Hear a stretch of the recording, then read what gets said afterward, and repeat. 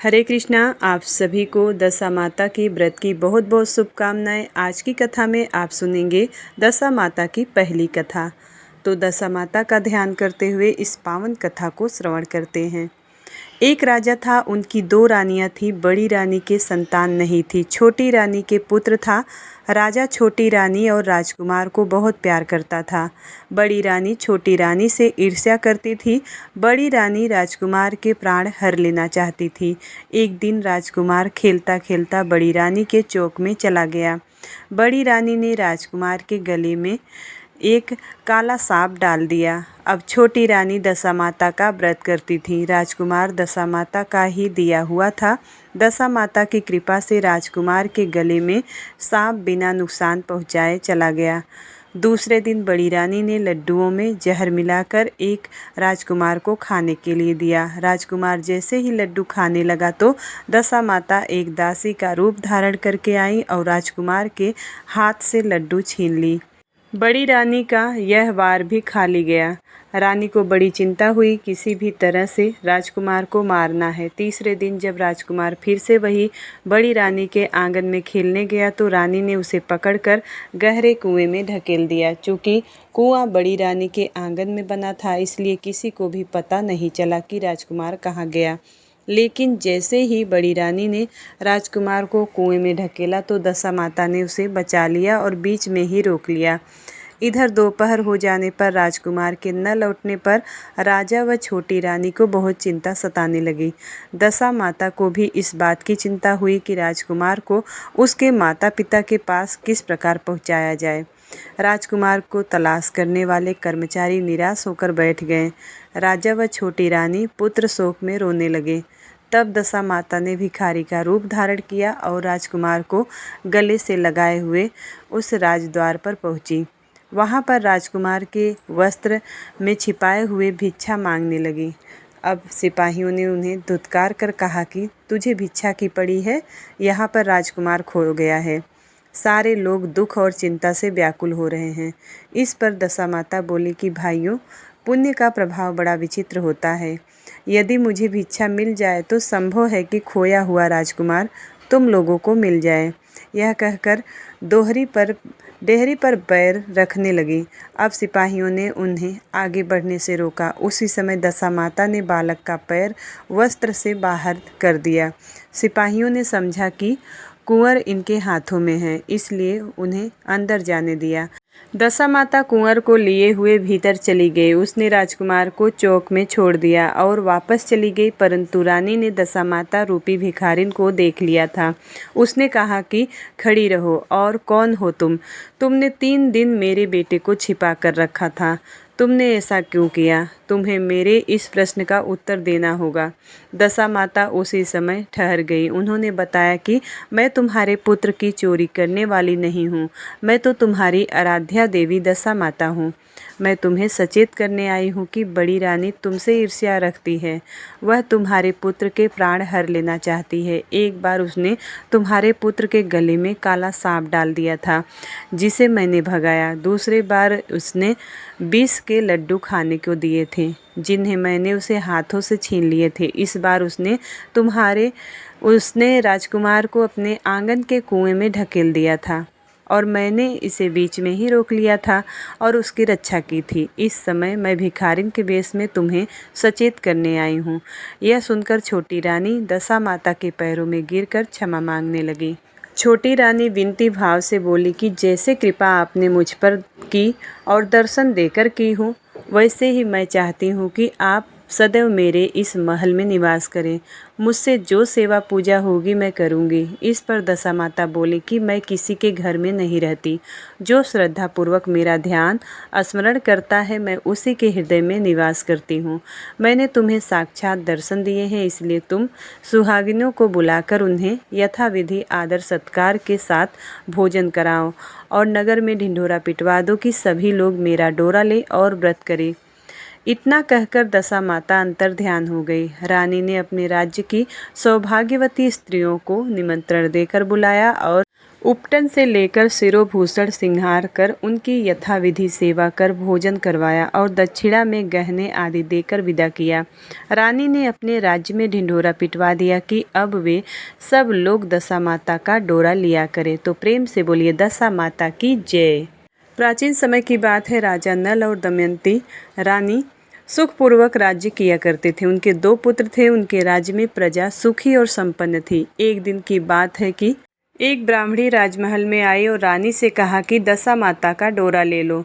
बीच में दासी बोली, हाँ रानी साहिबा, आज के दिन से सभी सुहागिन महिलाएं दशा माता की पूजा और व्रत करती हैं तथा इस डोरे की पूजा करके गले में बांधती हैं, जिससे कि अपने घर में सुख समृद्धि आती है। अतः रानी ने ब्राह्मणी से डोरा ले लिया और विधि अनुसार पूजा करके गले में बांध लिया।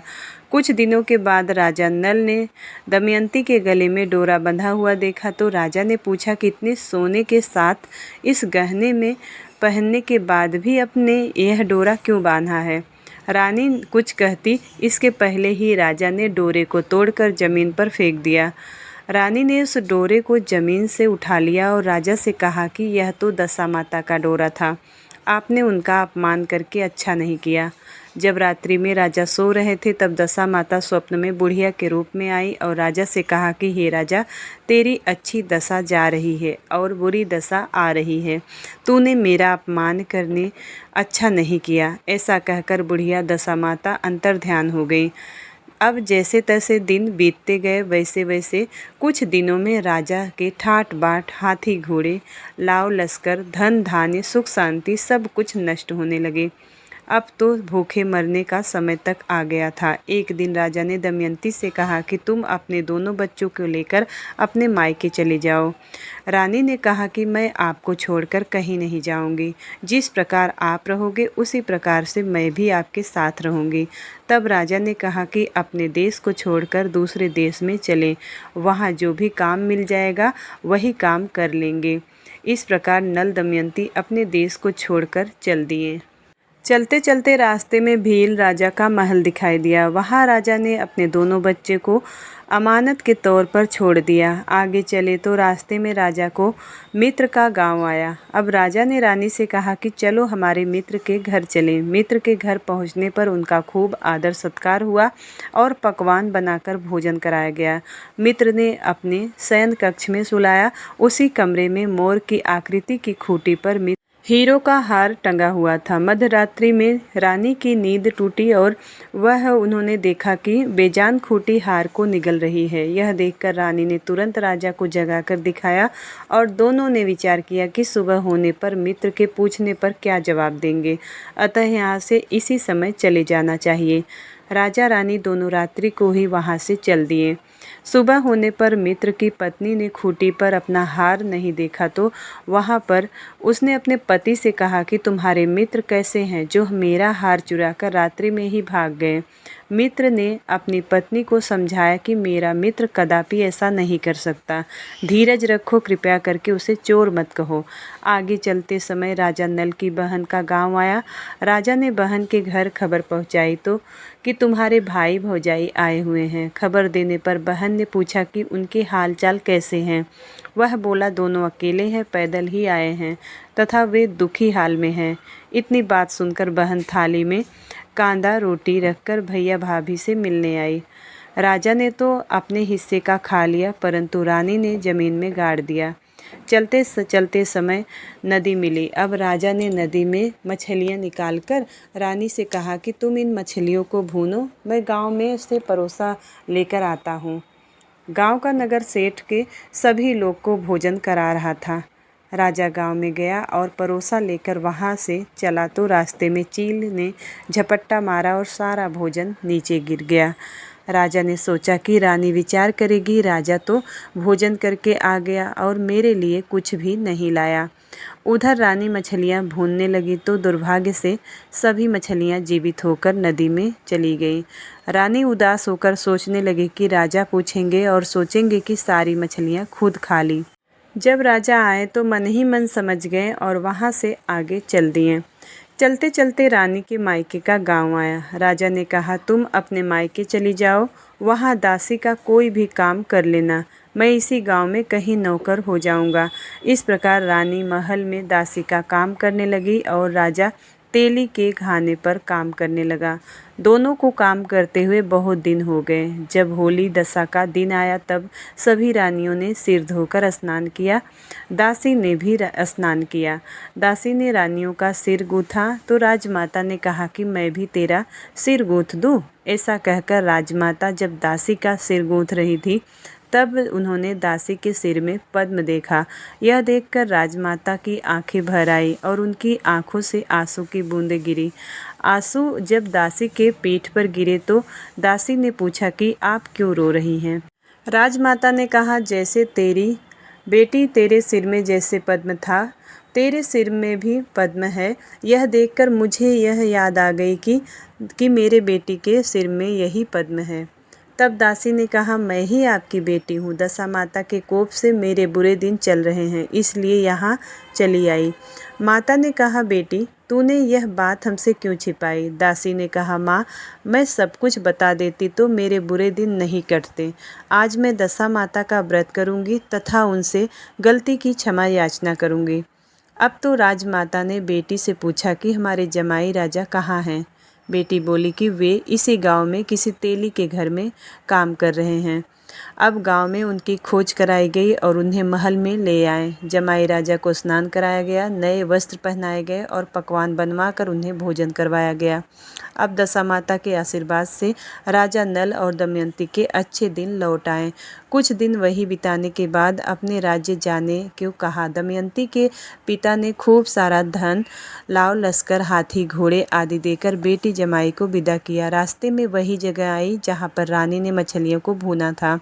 राजा के हाथ से चील के झपट्टा मारने से जो भोजन जमीन पर गिर गया था, तब राजा ने कहा कि तुमने सोचा होगा कि मैंने अकेले भोजन कर लिया, परंतु चील ने झपट्टा मारकर गिरा दिया था। अब रानी ने कहा कि आपने सोचा होगा कि मैंने मछलियां भूनकर अकेले ही खा ली होगी, परंतु मैं तो जीवित होकर वह मछलियाँ नदी में चली गई थी। चलते चलते अब राजा की बहन का गांव आया। राजा की बहन के यहाँ खबर भेजी गई। खबर देने वाले ने पूछा कि उनके हाल चाल कैसे हैं। उन्होंने बताया कि वे बहुत अच्छी दशा में हैं। उनके साथ हाथी घोड़े लाव लश्कर हैं। यह सुनकर राजा की बहन मोतियों की थाल सजा कर लाई। तभी दमयंती ने धरती माता से प्रार्थना की और कहा कि माँ आज मेरी अमानत मुझे वापस दे दो। यह कहकर उस जगह को खोदा जहाँ पर कांदा और रोटी गाड़ दिया गया था। खोदने पर रोटी तो सोने की और कांदा चांदी की हो गया था। ये दोनों चीज़ें बहन की थाली में डाल दी और आगे चलने की तैयारी करने लगी। वहाँ से चलकर राजा अपने मित्र के घर पहुँचे। मित्र ने राजा का पहले जैसा ही खूब सम्मान, आदर सत्कार और सम्मान किया। रात्रि विश्राम के लिए उसी कक्ष में सुलाया। मोरनी वाली खूंटी के हार निगल जाने वाली बात से नींद नहीं आई। आधी रात के समय वह मोरनी वाली खूंटी हार उगलने लगी तो राजा ने अपने मित्र को जगाया और रानी ने मित्र की पत्नी को जगाकर दिखाया। उसका हार तो इसने निगल लिया था। आपने सोचा होगा हार हमने चुराया है। दूसरे दिन प्रातःकाल नित्य कर्म से निपट कर वहाँ से चल दिए। वे भील राजा के यहाँ पहुँचे और अपने दोनों पुत्रों को मांगा तो भील राजा ने देने से मना कर दिया। गांव के लोगों ने बच्चों को वापस दिलाया। नल दमयंती अपने बच्चों को लेकर अपनी राजधानी के निकट पहुँचे तो नगरवासियों ने लाव लश्कर के साथ उन्हें आते हुए देखा। सभी ने बहुत प्रसन्न होकर उनका स्वागत किया तथा गाजे बाजे के साथ उन्हें महल पहुंचाया। राजा का पहले जैसा ठाट बाट हो गया। राजा नल दमयंती पर दशा माता ने पहले कोप किया, ऐसी किसी पर मत करना, और बाद में जैसी कृपा करी वैसे ही सब पर करना। प्रेम से बोलिए दशा माता की जय। दशा माता की जय।